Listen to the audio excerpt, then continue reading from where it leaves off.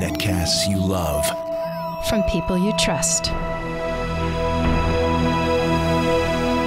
This is Twit. Bandwidth for Know-How is brought to you by CashFly. This episode of Know-How is brought to you by the Ring Video Doorbell. Stop crime before it happens and help make your neighborhood safer with Ring.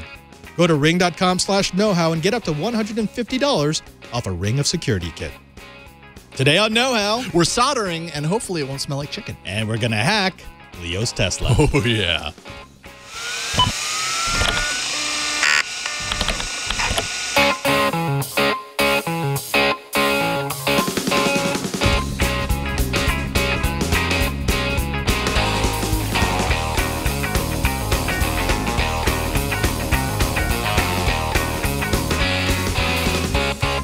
Welcome to Know-How. It's a Twitch show where we build, bend, break, and hopefully don't burn ourselves with soldering irons. I am Father Robert Balacer. I'm Jason Howell, professional calligrapher. This is a calligraphy pen, right? Oh, yeah, it's wood burning. Or is it a tattoo? From like the Boy Scouts. It's for tattoos? You could technically make a tattoo with that. Cool. I can do a lot in this episode. Oh, wow. This is going to be a really bad episode, folks. No, but it's going to be fun because we're going to go over some basic soldering. I mean, I have to bring you through it. I've brought all my co-hosts through it at some point. Awesome. It's kind of a thing that you got to know. It's a survival skill in the maker DIY community. And I thought we might bring you all the way back. In the past, we've kind of assumed that you have a certain level of knowledge about soldering. Maybe that was wrong.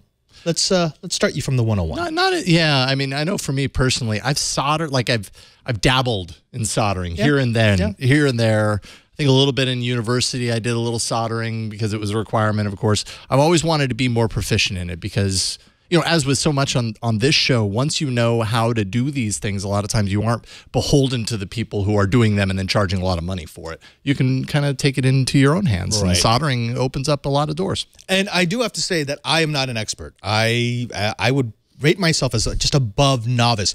My spirit animal for soldering is a man by the name of Smitty, Mark Smith, Smitty Halibut.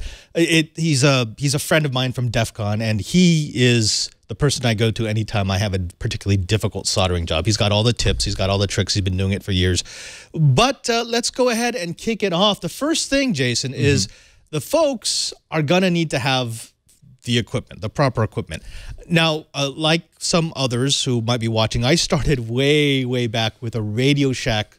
I think it was like a 5-10 watt soldering iron. You probably had something similar, just something off a shelf. Yeah, probably so. A throwaway item, right? I don't know if I ever had one, but I'm sure that I played with, you know, I had some friends who were more into that stuff when I was a kid, and I would go over to their house and play with their Radio Shack kits and everything. So. Right. And you could jump on Amazon. You can buy yourself a Weller, it's a decent soldering iron. You could probably get a 45 watt one for about $20. I would suggest you go with something a little higher, because if you do want to learn how to do it and you want to do it properly, what you need is a kit, not just an iron, but a kit. And if you go to the first link here, this is the one I've been suggesting for many, many years. This is the Zenny 3-in-1 soldering station.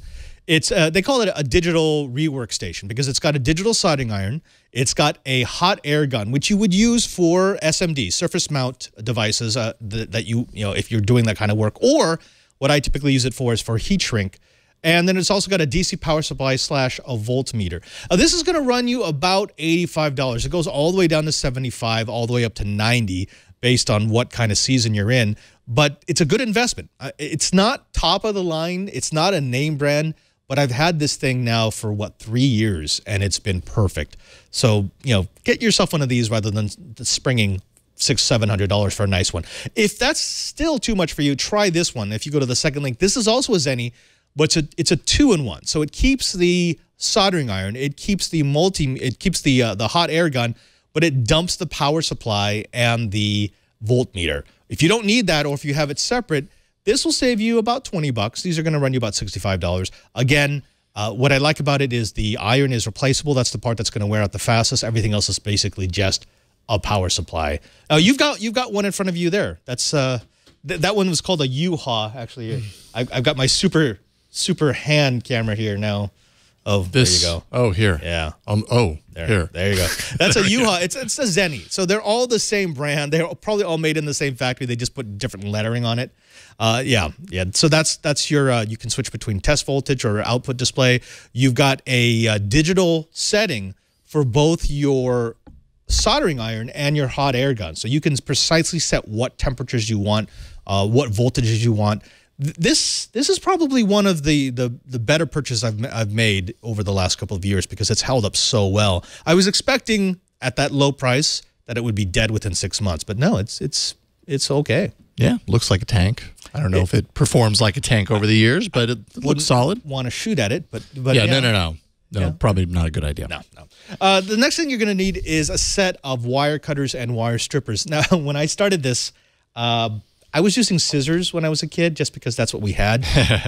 Don't do that. That's just, no. Especially because wire cutters don't cost that much. Wire cutters don't cost that much, and you will destroy scissors by, pretty fast. by cutting and stripping. What I would suggest are these if you go to the link. This is a set of Hako. They're about $5.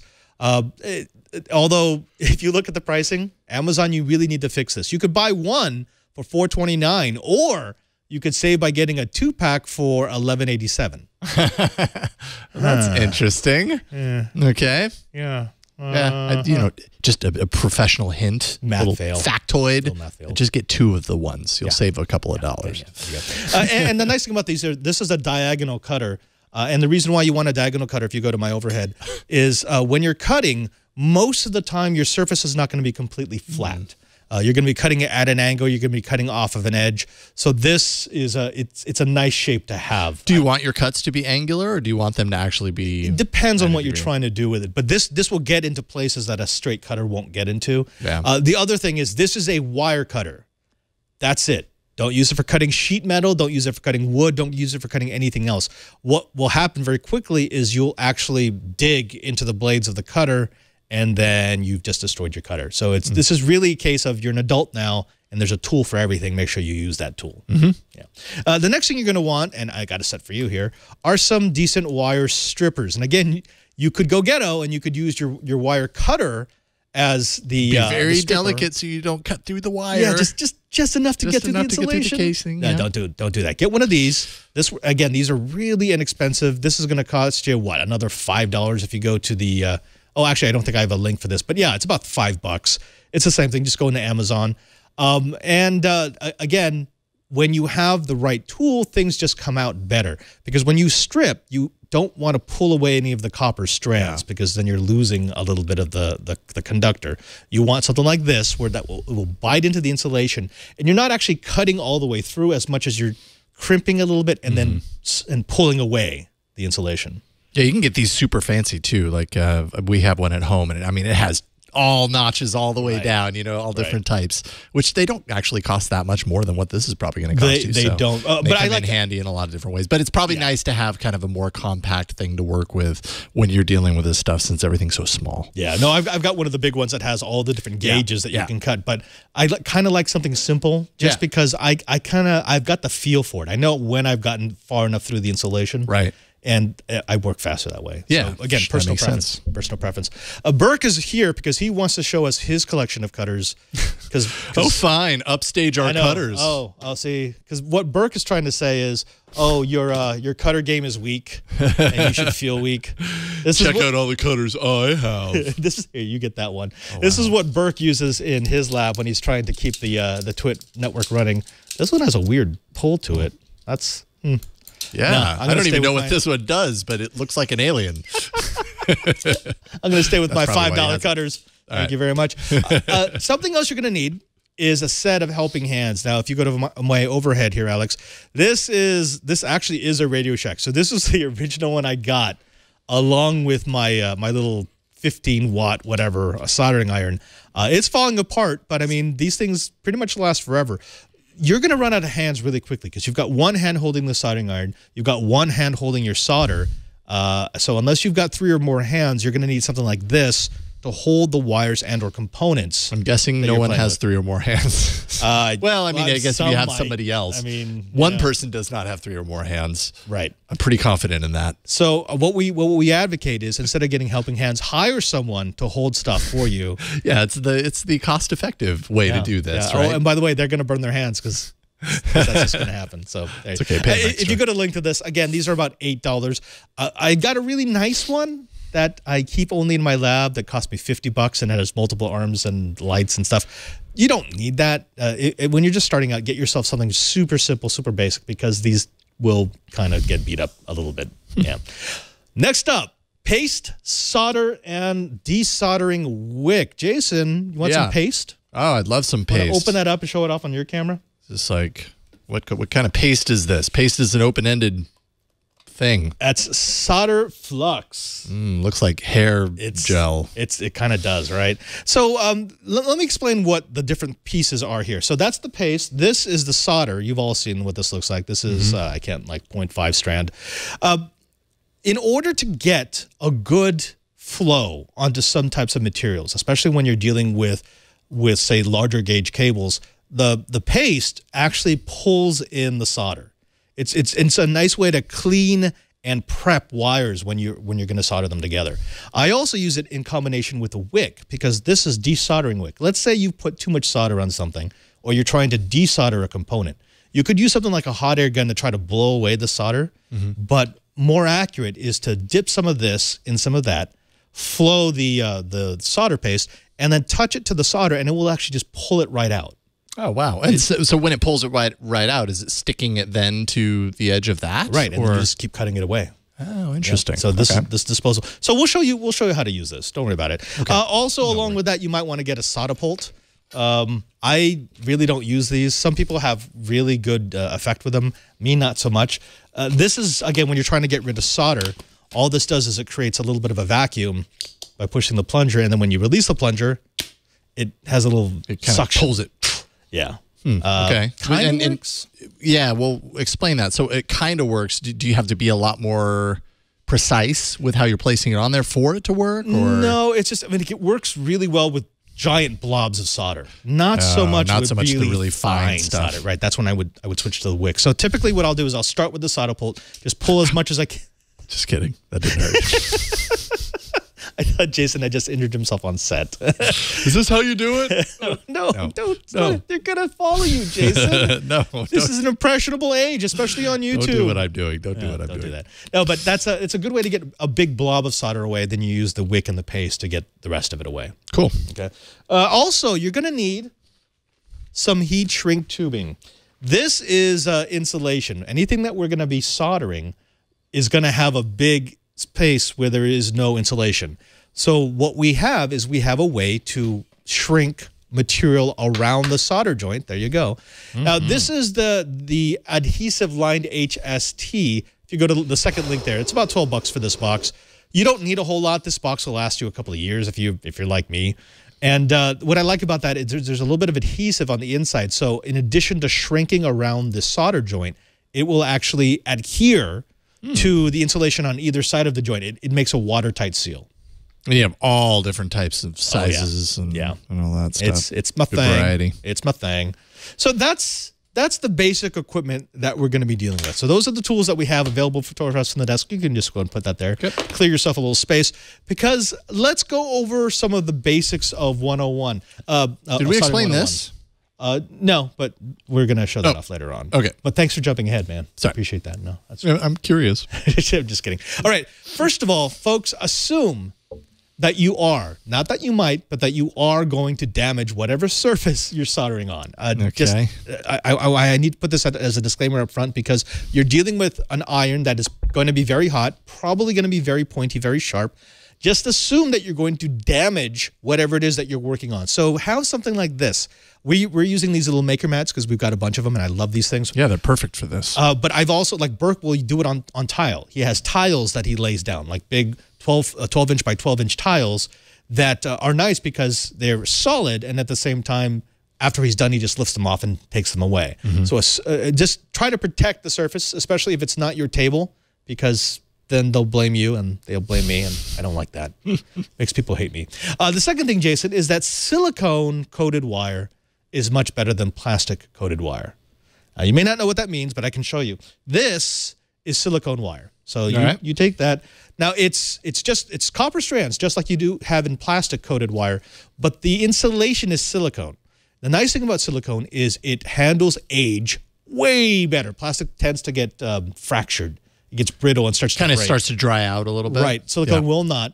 Oh, okay. Secondly, Well, that's a it big is plus. incredibly heat resistant. So when you're soldering plastic coated wire, the plastic starts to melt. So here's what plastic wire looks like, and you can actually just feel it. I mean, if you right, you feel the insulation of the plastic coated, and you feel the insulation of the silicone coated. There's no difference. Big difference. Yeah, plastic coated is a lot cheaper. It's crazy cheaper. That's why I always have a supply of it. Anytime I'm going to be doing an installation where it maybe doesn't have to last for more than a couple of months or a year or so, or it's super, super cheap, or I know that I'm only going to do one solder and then put it away and that's it, I might as well use plastic coated. But if it's a project I want to last for a while, I'm always using silicone. Yeah. That makes sense. There you go. So choose your wire. Let's also talk a little bit about the tips. This is important. And in fact, if you pull your soldering iron out, you'll notice it doesn't currently have a tip on it. If you go my overhead, here you go. See, what we're going to do is we're actually going to choose from the tips from the ones that are included in this kit, because this is important. Those same tips are included in both of the different price point yep, absolutely. Yep.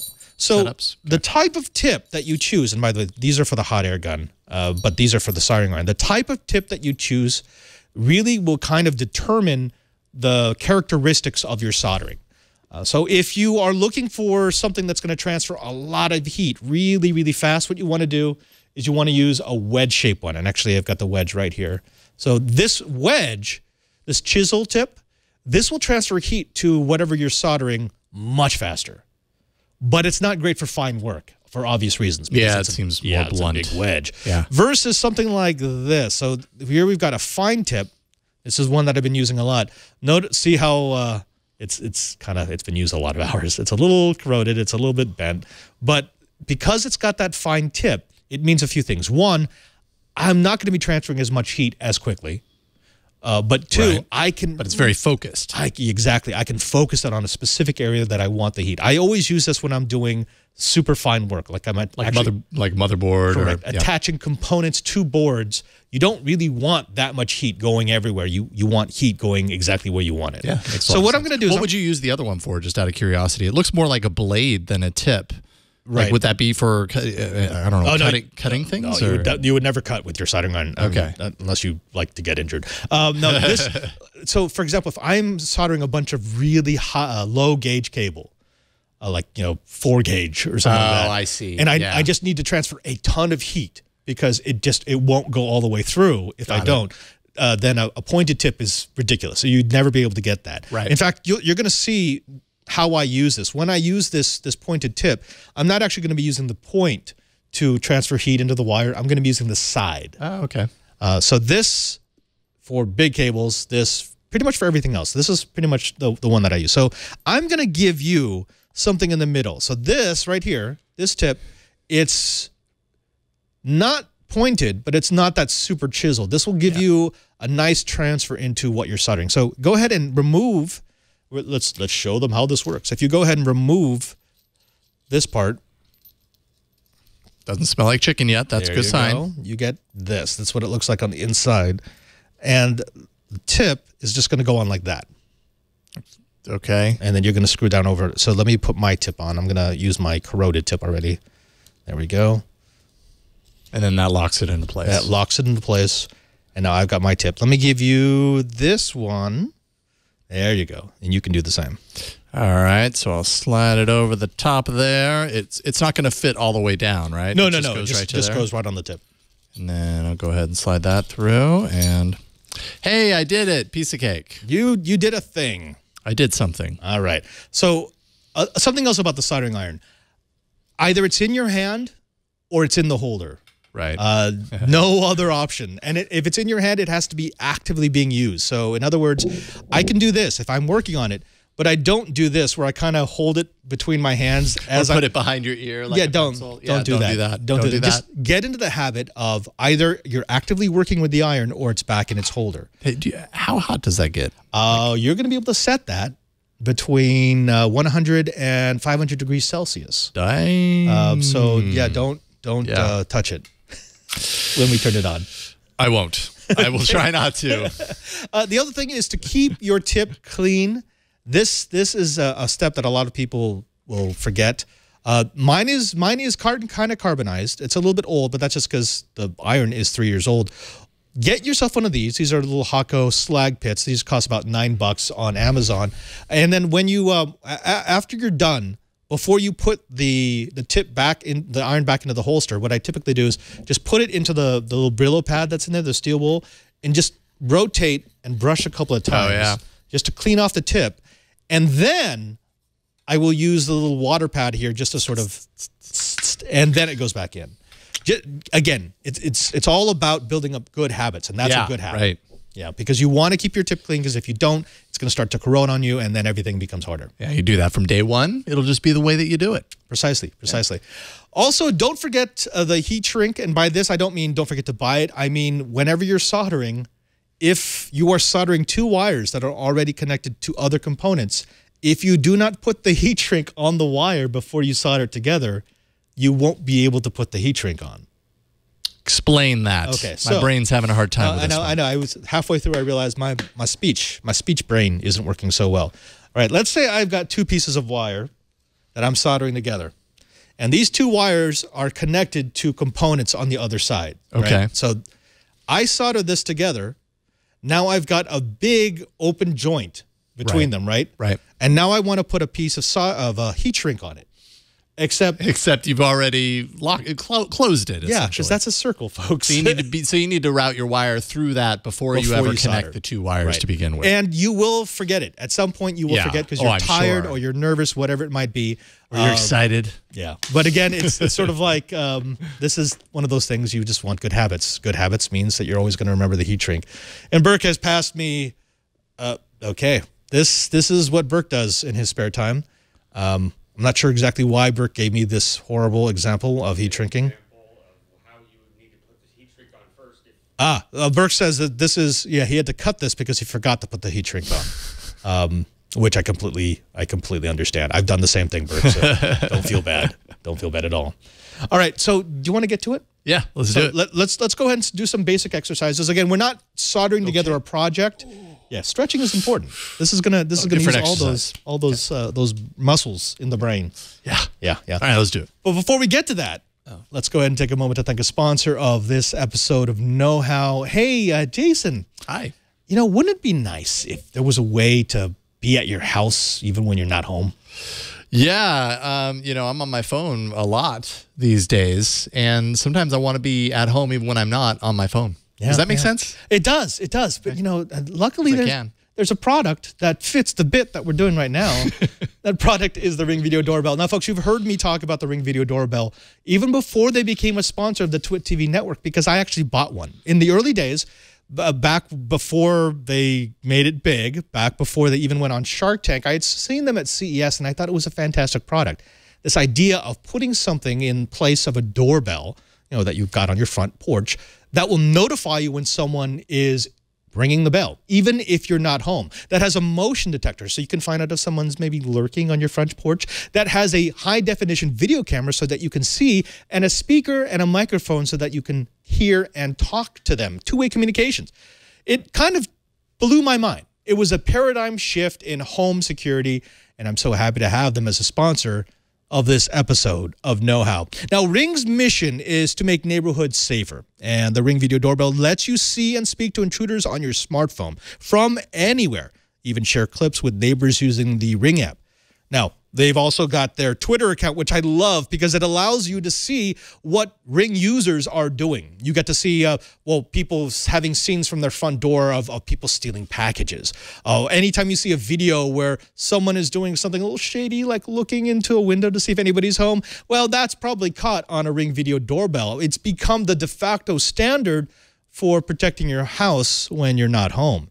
Now, Ring's Floodlight and Spotlight Cam lets you build a ring of security around your entire property. And just like Ring Video Doorbell, Floodlight Cam is a motion-activated camera and floodlight that connects to your phone. With high-visibility floodlights, HD video, and two-way audio, it lets you know the moment anyone steps on your property. You can see and speak to visitors, even set off an alarm right from your phone. And when things go bump in the night, you can bump back and immediately know what it is. Ring Floodlight Cams offer the ultimate in-home security, and thieves just can't hide with Ring. You can monitor every corner of your property with a Ring of Security Kit, which includes a Ring Video Doorbell and your choice of either 1, 2, or 3 floodlight cams, and connect your Ring Video Doorbell with your favorite smart locks and hubs for added convenience, monitoring, and security. I bought this system for my parents because, well, I need to protect them. They're not here. They're in another state. They're in Las Vegas. And they've had people casing houses in their neighborhood. Well, with Ring, they can always see who's lurking about, who's come to the front door, who's come back a few times to see if maybe they're up at the club and the house is ripe for the picking. And even if they're not home, they can answer those calls and tell those people to go away wherever they are in their world as long as they've got their phone. I tell you, if I can trust my parents with Ring, you know that I think you can trust them too. Stop crime before it happens and help make your neighborhood safer with Ring. Save up to $150 on a Ring of Security Kit at ring.com/knowhow. That's ring.com/knowhow. $150 off when you go to ring.com/knowhow. And we thank Ring for their support of know-how. I bet you didn't know I'm at home right now. Oh my goodness! I'm sitting on the set here, but I'm also at home. It's kind of fun. I love being able to do that, right? Being able to drop in. Yes. Actually, I had to dissuade my my mother from doing one thing. She got used to, if she wanted to talk to me, she knew she couldn't call me, so she would go outside and ring the bell, and my phone would. I'm like, Mom, just text me. She goes, no, this is better. This I can works. Just sit. Yeah, hey, if it works, right? All right. Let's go ahead and kick it off. Jason, the first thing we're going to do is we're going to go ahead and set our irons so that they're ready to go. Here we go. So what I need you to do is there's this little switch right over here. If you go to the handheld cam, there you go. You're going to turn that on. I've got mine set for $3.95, and what's going to happen is this counter will slowly start to warm up as it goes. Let's set it for so-and-so. Mine says $6.79. So okay, you're going to want to bring that down. Okay. Oh, no, that's so the little buttons on the side there. Oh, gotcha. Okay. Yeah. Down to what? Down. Got it. Oh, actually, I just realized that we have swapped our irons. Oh, so they're in different... Yeah, so turn yours off. They're in different locations? What? Well, because they'll work, but the problem is the temperature probe is slightly different. So I need you to go ahead and pull your unit. So you have to unscrew it. All right. Oh, I see. Right. Because otherwise it won't report what temperature you're at. There you go. There we go. I'll hand you that. Oh. Okay, we'll have to do the tip thing again. Nah, I'll make you use that one. Okay. Nothing like jumping into the fire. Yeah, come on. You know you want to do some fine tip. Yep. All right. Now, what I Cool. see, I kind of like this system because I have bought stations before where the iron was tied on. This works better. So there we go. So now if you look at it, it's going to start to rise, and so when it hits the number that you want, that it's confirmation that the iron is at that temperature. Now, here's the thing. Quick. People are always asking me, what's the proper temperature? There is no proper temperature. The proper temperature is the one that works for you. Okay. And again, you don't want it so hot that it damages the things that you're soldering. Sure. But if it's too cool, what will happen is it takes forever to transfer enough heat into the object, and now you're actually damaging the components that are connected to the wire. Right. Because that heat will go all the way down the wire. Oh, it's smelling kind of soldery in here. Yeah, it's we got so, that but smell. but okay, I realize you told me that there is no right place to put it, but really, where should I put for it? you, put 385. We'll go 385. Yeah. Okay. That's a nice midpoint. Okay, so let's start with a flowing exercise. So this is what we would call tinning. Anytime I'm going to use wire in a project that's soldered to pads, what I will typically do is I will tin it first. So it means that you are going to cut it, strip it, twist together the strands, and then just put enough solder on it so that it makes it a nice clean joint. Because if you've ever seen someone attach a wire to a pad and like there's strands going everywhere, you don't really want that. That's a bad look. So let's kick it off with some of the easy wire. I'm gonna use black because I'm in clerics, and you're gonna use red because you're kind of colorful. Okay. And go ahead and take the snips. There you go, and cut yourself off about 6 inches of wire. Something like that. Yeah, we don't have a shortage. There you go. And give me that. Oh no, just the clippers. Oh, sorry. There we go. So I'm going to clip myself off 6 inches of wire. Now you're going to not use the clippers. You're going to go ahead and use your strippers, and I want you to go ahead and strip off about let's call it about an inch. You would never do this, but I want you to have enough space to work. So you're going to strip off an inch of insulation. And really, especially when you're going with silicone insulation, which is really easy, you just kind of want it. You don't want to cut through it. You just want to do enough to grab it and then just pull. Yep, and that's fine. You can have false starts a couple of times. There you go. Well, yeah, because these don't stop you from cutting all the way through. There you go. There you go. All right. Okay, cool. So I got it. So next step is this. Do I curly ccue the wires so to we're make gonna sure go they ahead don't fray out a little bit? If you go to my handheld cam, hey, come on, focus on this. Focus. Oh, bad camera. Bad camera. Camera's being freaky. Okay, yeah. So I'm just going to twist these together. There you go, just like that. Now you're going to use your helping hands. All you need to do is put it into one of the helping hands so that it gets held. You just don't want it to be able to move. So that's what I've got there. Yeah, that works. That works. Now, actually, let me get in on this so that people can actually see what I'll do that. I'll follow you exactly. Yeah, you want it someplace where you can solder, but you also want it someplace that it's safe. Yeah. Safe is good. All right. Does that look good, Alex? Yeah, okay. All right, now we're going to take your iron.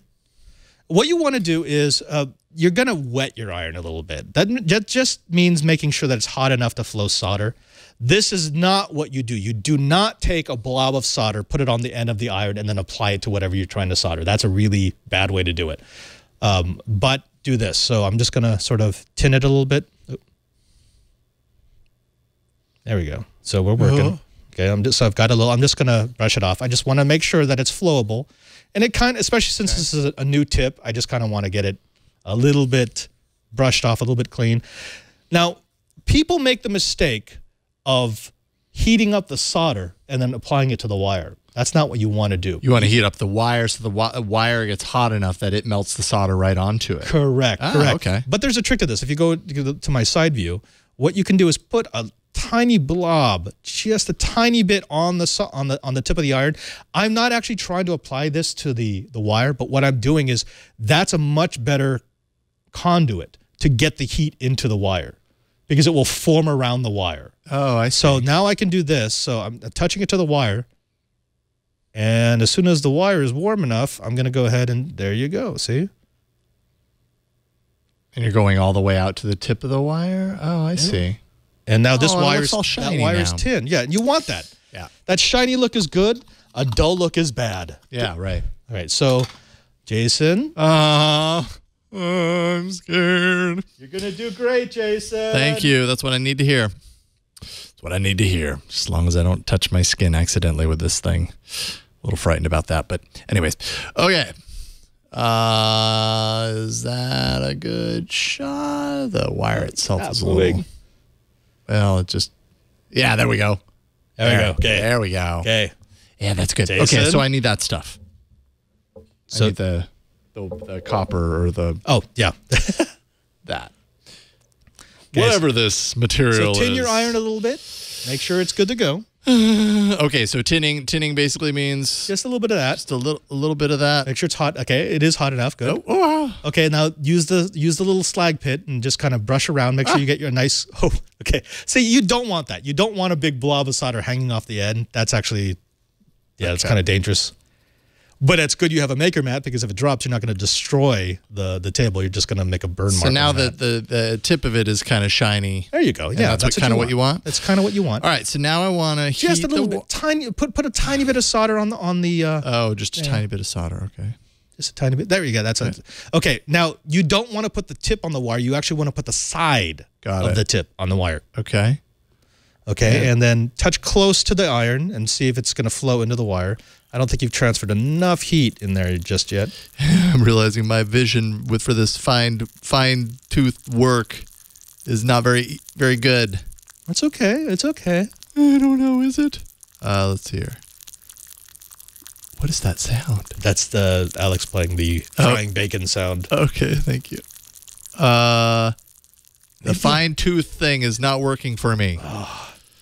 Why is it not working? Well, okay, see, okay, here's, this is why like I I'm wanted trying to have get this more tip. surface area on the wires so it heats it up more, but it doesn't look like it Okay, is. so when that's happening, what you need to do is put a bigger blob of solder on the iron because it's not transferring enough heat into the wire.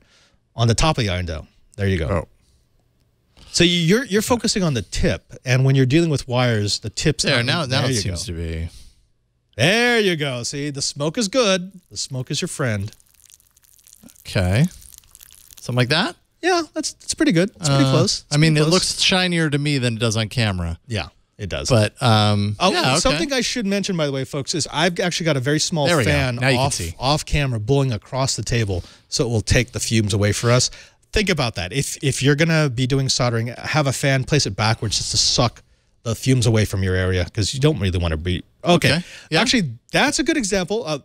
Don't take this the wrong way, but that's what you don't want. Okay, you don't. Yeah, right. No, I mean that makes sense. It's a big drip there at the Yeah, end. so you don't want too much solder. And what you can actually do is just heat that up with your iron and like get the blob onto the iron and then put it into the slag pit. and then kind of siphon it off or scrape it off in the Right. And then there you go. Just a little bit of time. Don't be greedy. Just do a little bit of time. Just get it off that. Sorry, Alex. I'm trying to do this. There you go. Looks good. Okay. I want that piece. Come on, piece. The very tip. There we go. Okay, now we're looking good. Now you're cooking. All right. All right. So, okay, that's a start. Now let's do something that's a little bit easier. We're actually going to use the flux paste. Remember I told you that the flux paste kind of pulls in the solder? Yep. Well, we're going to use it. So go ahead and cut off the end that you just made and just go ahead and strip yourself another inch of wire. So is this wire still going to be hot to the touch, or do you think the heat's dissipated at this point? Although I can't tell because I've pretty much burned off all the nerves in my fingers now. Fair enough. But you know, that's how I do. That's the fun. That is the fun. No, Making chicken. You look at my side, Alex. So what I'm doing right now is I'm just going to go ahead. I've gone ahead and cut, and I've stripped, and I've woven the strands together, and I'm just going to put a tiny bit of paste. There's it. That's all I need. It's not a big blob. I basically just inserted it into the paste. The very tip, basically? Oh, no. Go all the way through. All the way through? Okay. There you go. I'll Okay. give you the little paste. All right. It's like dip. Just right in.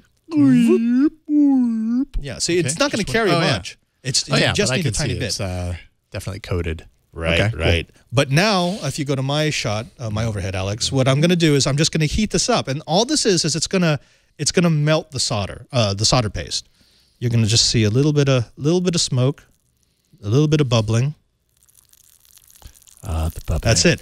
Now there is no solder in there, but what I've done is solder paste will actually kind of clean the strands a little bit for me. And the nice thing is now when I apply solder, what's going to happen is that's going to go right in. If you go ahead and hand me back the solder. Yep. There you go. So before I kind of had to rely on the rosin core. So there's actually a little bit of solder in here, solder paste in here already.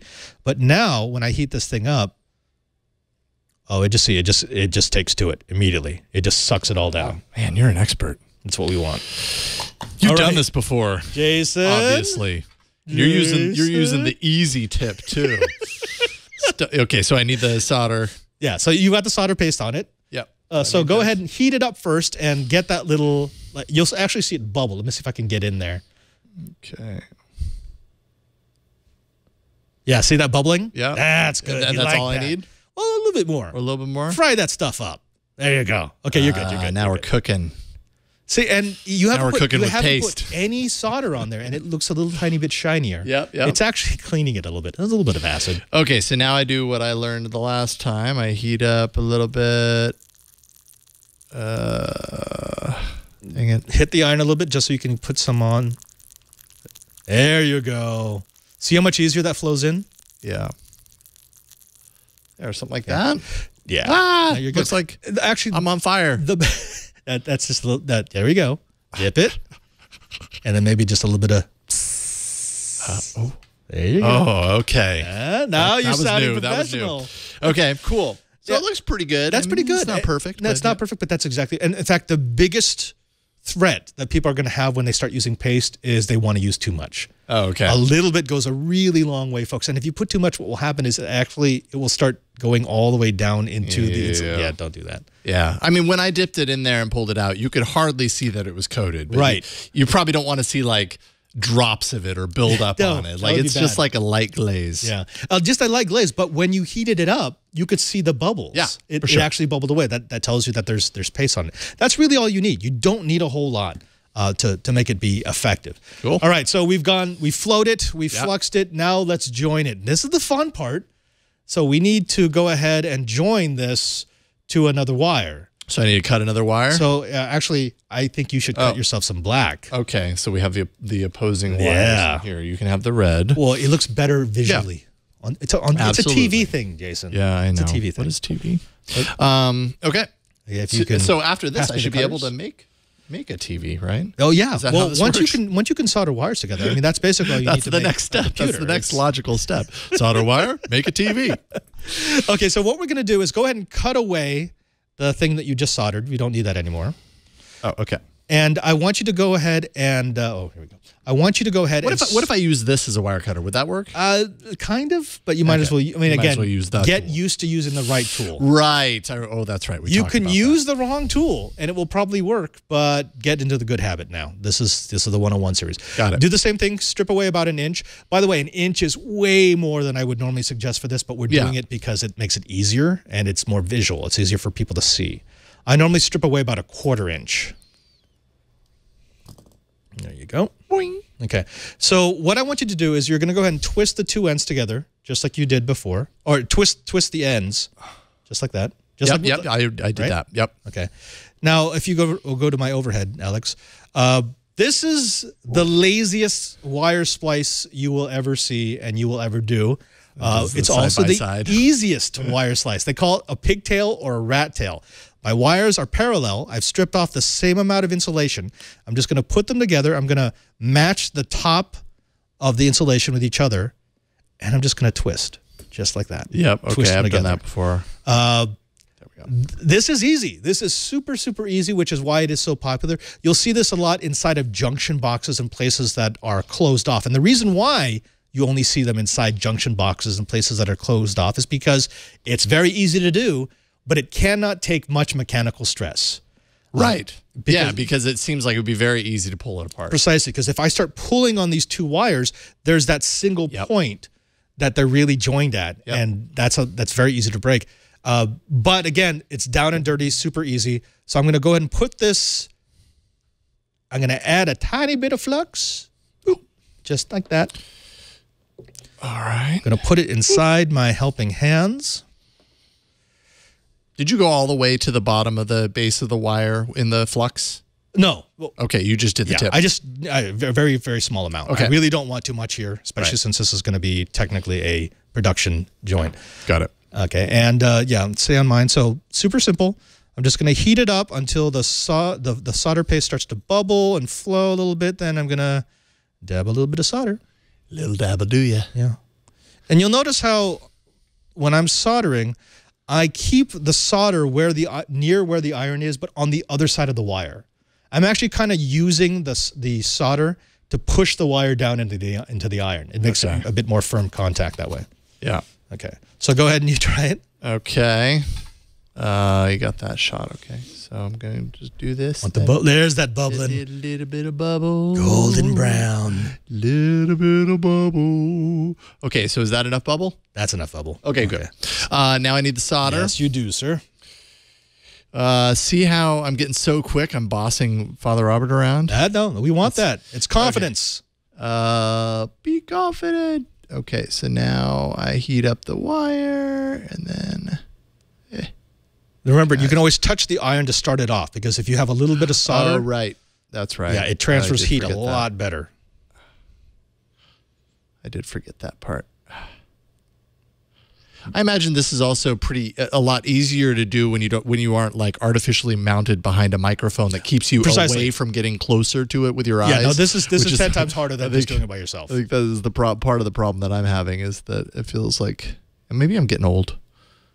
Am I getting old? Does it matter if the iron's on the bottom? I always do that, but I mean, as long as it's touching the wire. Okay, it's looking a little silvery now. A little silvery, but you've got most of it's on the top. You actually do need it down near the base. Oh, I see. Okay, so then I'll just go like this. Maybe. Yeah. By the way, I should mention that this is my least favorite splice. Again, I'm just showing it because it's down and dirty, and a lot of people use it. There we go. But it always seems to be the greatest point of failure for me, so I don't. Yeah. I don't like it. Cool. And then, by the way, we're not done because you've now made a splice, and these wires will be held together. Yes. But you've got a huge They're exposed conductor. Yeah, it's exposed. You don't want that. That's no bueno. So I'm going to take a little bit of heat shrink. I'm going to go ahead and cut me off a piece that's long enough to insulate this. Do you want to go longer then? So you want to do a little overlap with the silicone? Right.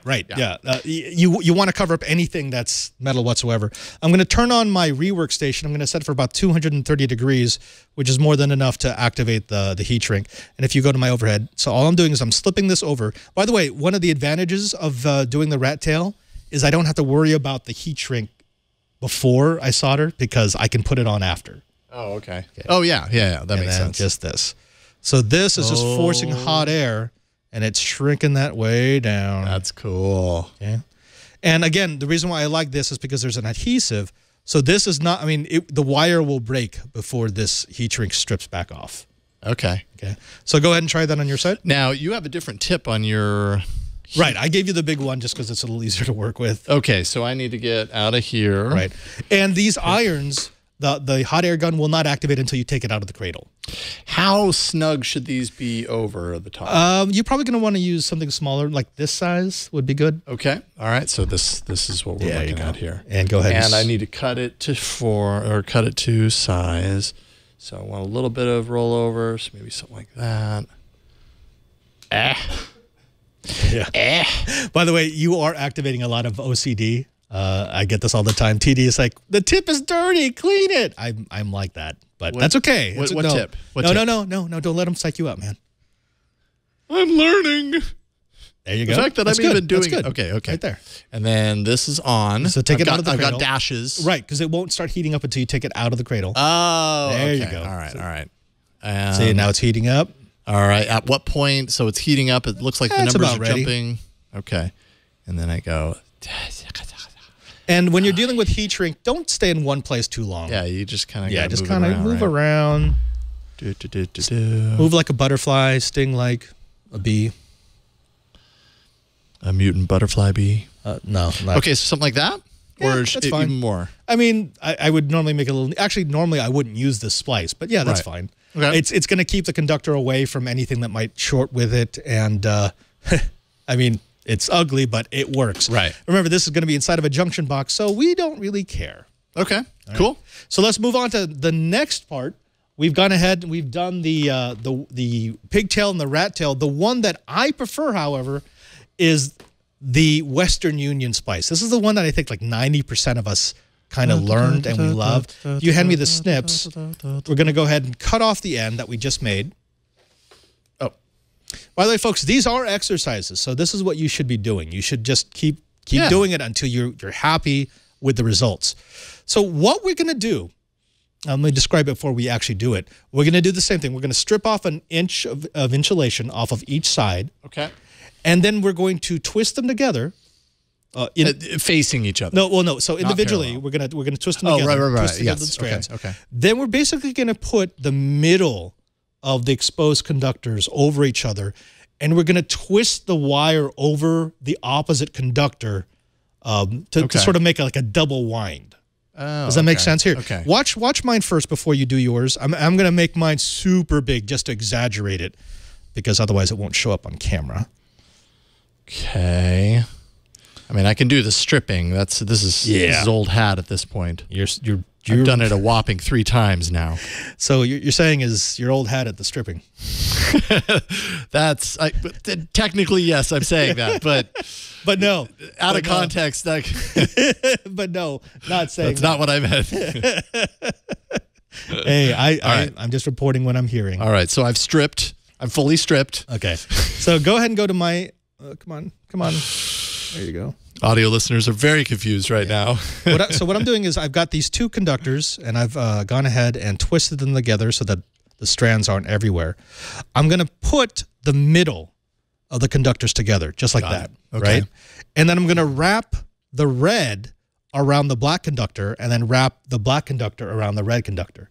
So this is what it looks like. Oh, yeah, so you're twisting. Right, so this is how does this end up actually being different than the parallel? Because they're still twisting in the same way. Oh, but you'll see when we're done.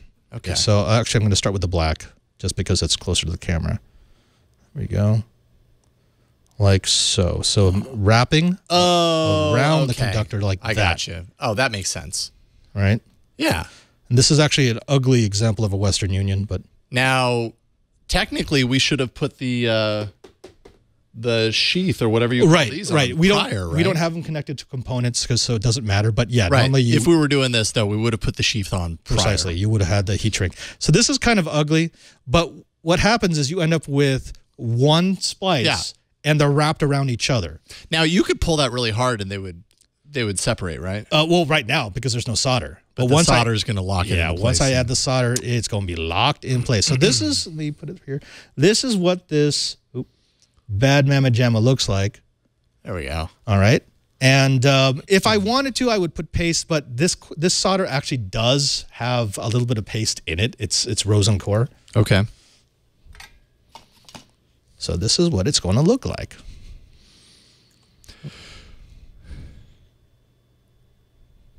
Like so. So now I'm just getting it into the strand. Again, we don't want too much.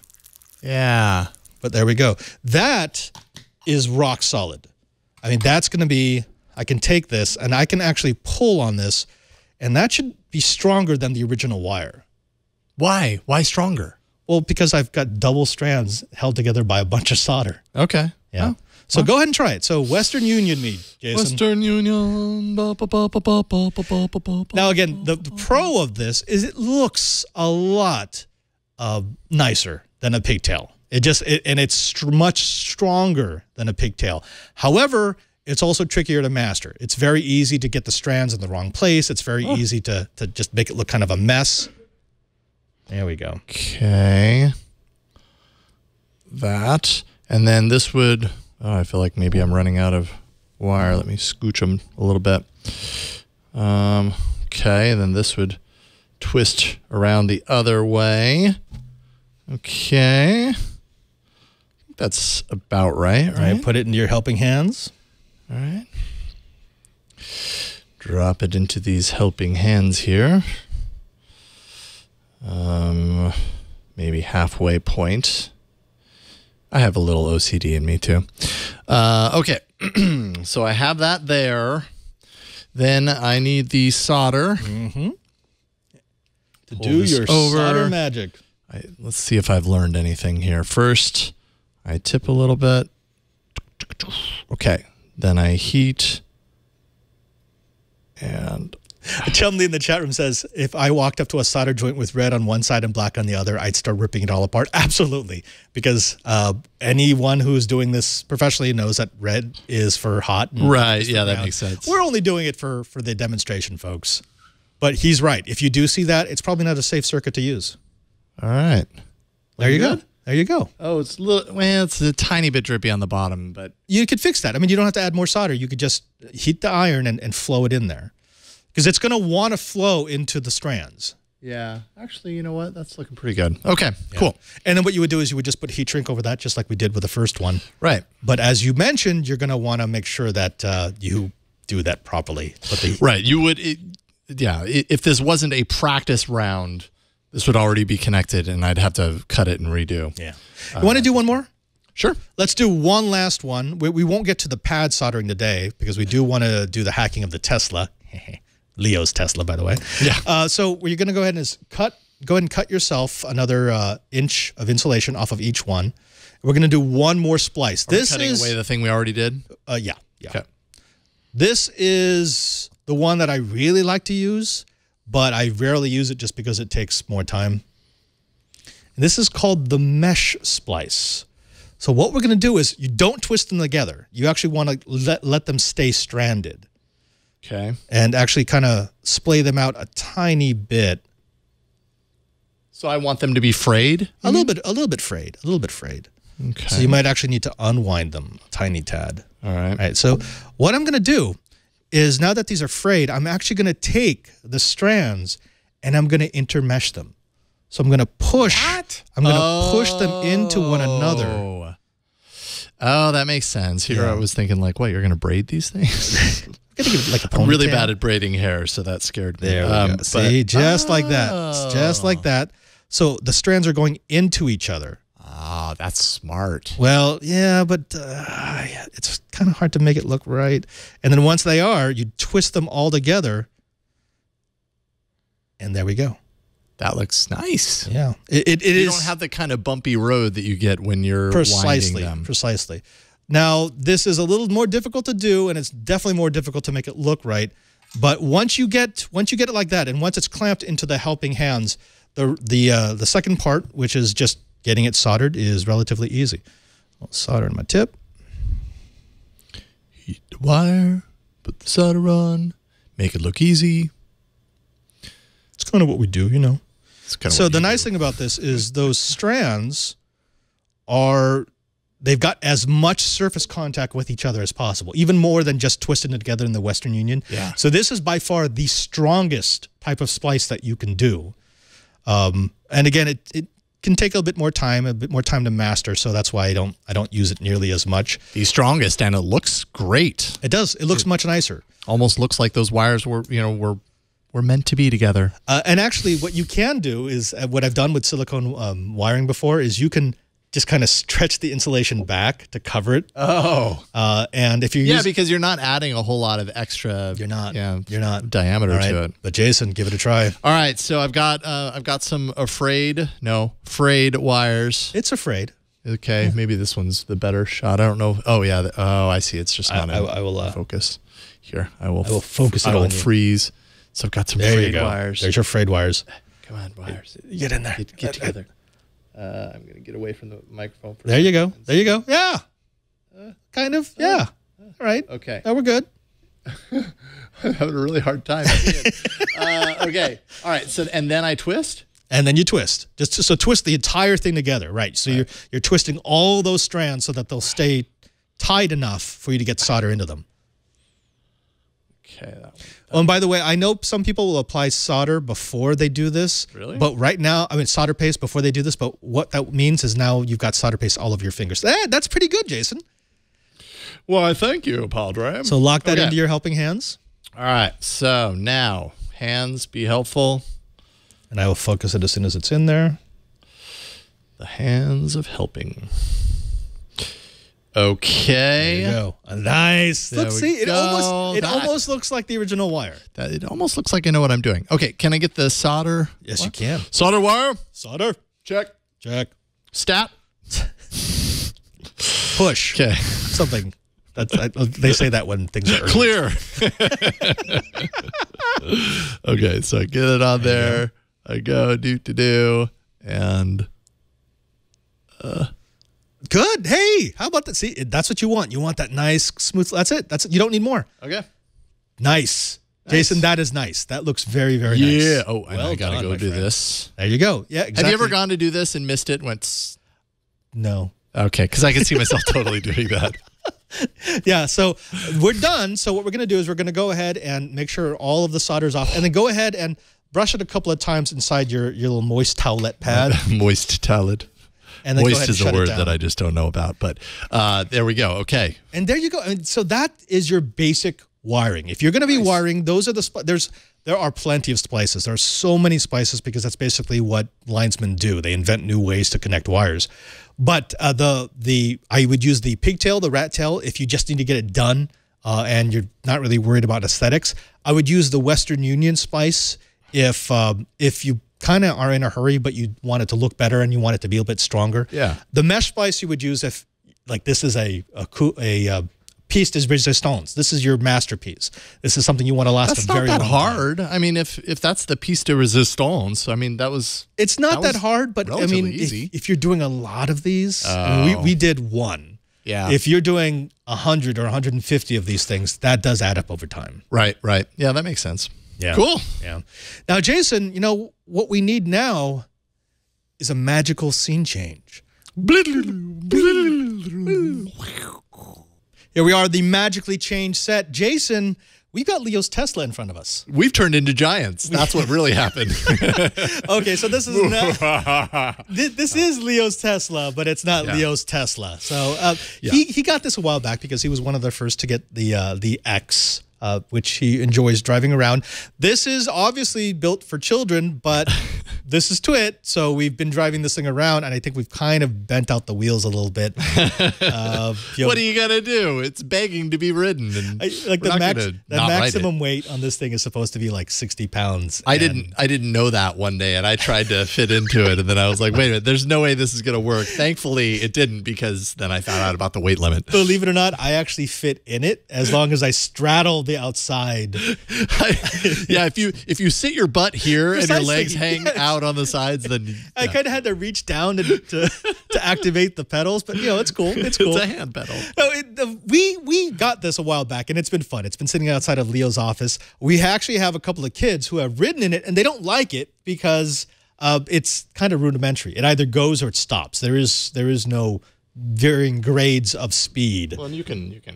Well, yeah, that's true. Yeah. I see what you mean. Speed-wise, you can still steer it and everything. But. So what we thought we would do is we would actually turn this into something else. And we're going to need the soldering skills that you just learned, because we're going to make this a remote control car. What? Yeah, it's actually got everything in here that we need to make it a remote control car, except for 2 sets of components. Now, if you go ahead and open up the back there, Jason. I don't know if I can around these jetpacks. Well, the rockets, I mean, come on, that's when you need to go really fast. Okay, or into space. Yeah, you can go ahead and pull the battery pack out of there, because what you see is that is a 14-volt LiPo cell that's inserted into the back of the car. Yeah, there you go. See? That thing. Now, the nice thing about this is that's going to provide me 14 volts, and the speed controllers that I'm thinking about putting in here can typically handle anything from 7.2 all the way up to 16 volts. So this should be well within its range. And it's got its own charging system, so I want to use as much of the original parts as possible. I don't want to turn this into a remote control car by strapping on a bunch of remote control components. I actually want to use the components that's there. Now, knowing that that battery is there, and knowing that the foot pedal turns on the motor, and knowing that this controls forward or reverse, go ahead and take a look in here. You run the camera. There you go. See, so that switch right there, that controls forward and reverse. And of course, I've got the horn, which I can activate. Well, I'm not going to do it here. It allows me to kind of think about how they've wired this. I go from the 14-volt LiPo pack to the forward or reverse switch. So that will determine which way the current is flowing. It's just a two-way, two-pole switch, so I can either send it positive, negative, or negative, positive. And depending on which way it goes, it's going to make the car go forward or back. Then there's a foot pedal that is basically just an on or off switch. It's a momentary switch, which means I can either go full speed forward or full speed back. Now, this right here, this is an entirely mechanical steering. And unfortunately, if you get a shot of this, Jason, the wheels out here, it's not a great turning radius, and there's not a good way to fix that. So this is going to be a very limited remote control vehicle. Yeah. Unless I want to. It's not a very nimble remote control. No, no. But that lets me know that there's a certain way I'm going to have to design this. Now, let me take this off. Get a shot of that, Jason. Inside, this is the powertrain. So I've got 2 motors, one driving each transmission on either side.